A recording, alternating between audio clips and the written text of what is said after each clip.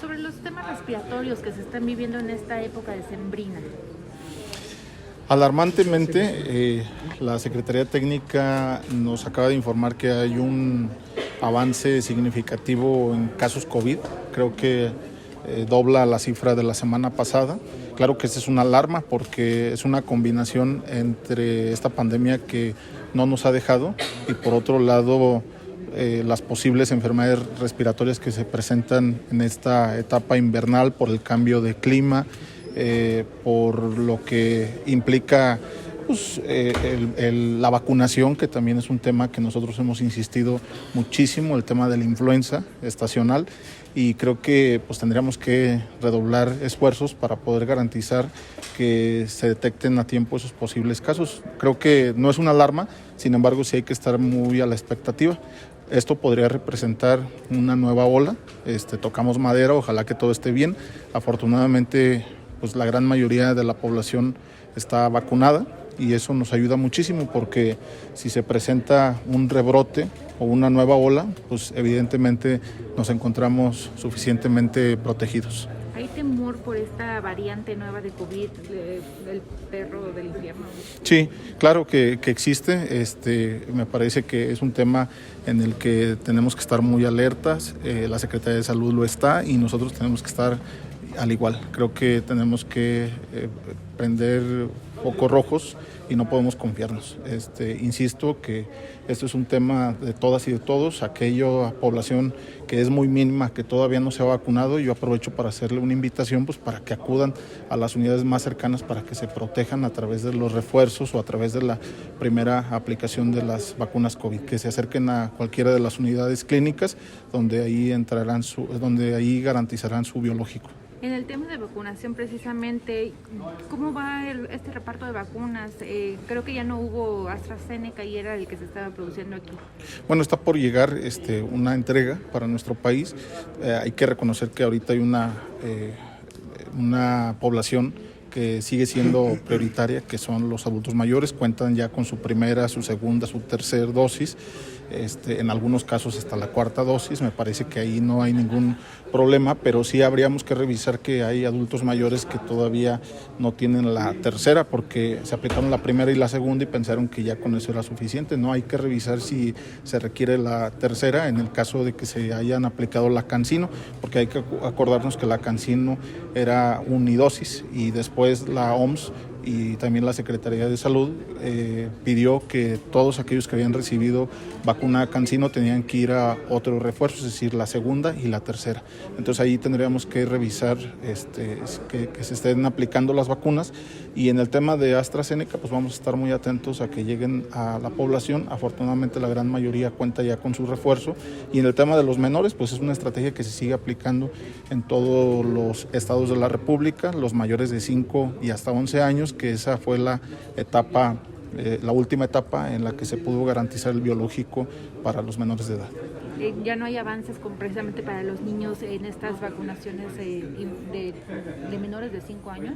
Bueno, es que nosotros, acuérdense que estamos muy a la expectativa de las recomendaciones de la OMS en cuanto a lo que ellos nos indican, los parámetros internacionales, los acuerdos de los cuales México es parte, y en ese tenor me parece que hay poblaciones que son prioritarias, en este caso los mayores de 5 años y en adelante. Los menores pues todavía no hay vacunas que pudieran poder atender a esta población menor de 5 años. Ahora, la población menor de 5 años es la que más está padeciendo estos estragos en cuestiones de enfermedades respiratorias. Sí, es por el cambio de clima, los cambios estacionales, pues ahí tendríamos que estar muy atentos. Afortunadamente no está demostrado que haya un incremento de casos en este rango de 0 a 5 años, no así en los adultos. Por eso hay que estar muy pendiente de todas las poblaciones, pero en el tema de los menores de 5 años, pues yo creo que esa es una obligación de todas y de todos, estar atentos y cuidando a nuestros niños, a las niñas mexicanas. Tampoco hay como una investigación científica a lo mejor que diga que el encierro afectó las defensas de los niños.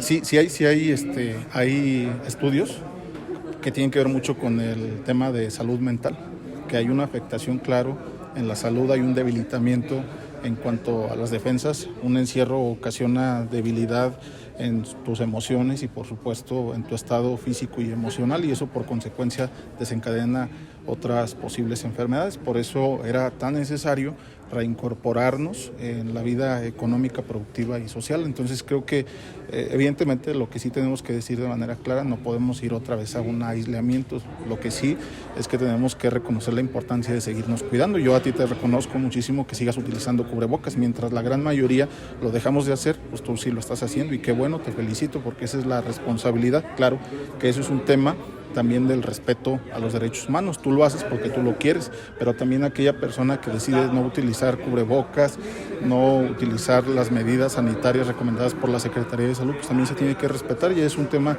de conciencia de cada quien. Pero no es necesario que se regresen estas medidas. No. Yo creo que eso afectaría gravemente en la economía de nuestro país. Más bien pienso que las instituciones de salud tienen que estar preparadas tanto con los biológicos como con la atención médica para los menores de edad.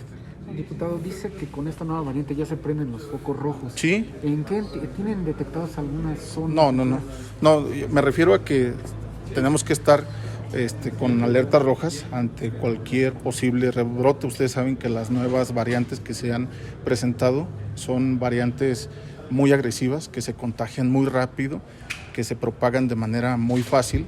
Y entonces, pues claro que eso ocasiona una alerta roja en las instituciones. No podemos levantar bandera blanca, ya son más de 2 años, ya casi cerca de 3 años, y esta terrible pandemia no se ha terminado y ha ido mutando, ha ido cambiando de variante, y eso significa la posibilidad de que todos tenemos que estar muy atentos. O sea, no podemos decir que la pandemia o el COVID se terminó, sino más bien tenemos que estar muy alerta para poder garantizar pues, los tratamientos oportunos, la atención médica y que las instituciones estén alerta para cualquier posible rebrote.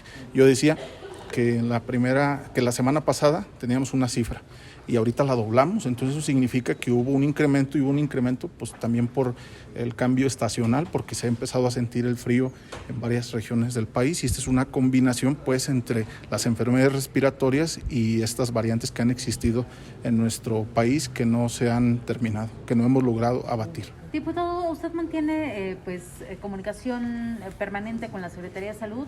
Sí. Pregunta, con base en esto, insistiéndole un poquito más en la pregunta de mi compañera, entonces ¿están descartando completamente volver a las medidas a cuarentena? Sí. Y volver al uso obligatorio de cubrebocas? Sí, porque eso sería de alguna manera violentar los derechos humanos. No podemos obligar a ningún mexicano ni a ninguna mexicana a que utilice forzosamente el cubrebocas. O sea, se tiene que respetar las garantías de todas y de todos. Este es un tema de conciencia y creo que aún que hubiese un nuevo rebrote, una nueva ola o inclusive una nueva variante, pues tendríamos que ser muy conscientes y tenemos que continuar en la vida diaria. No podemos detenernos porque esto afectaría severamente en la economía de nuestro país. Gracias. Muchas gracias. Gracias.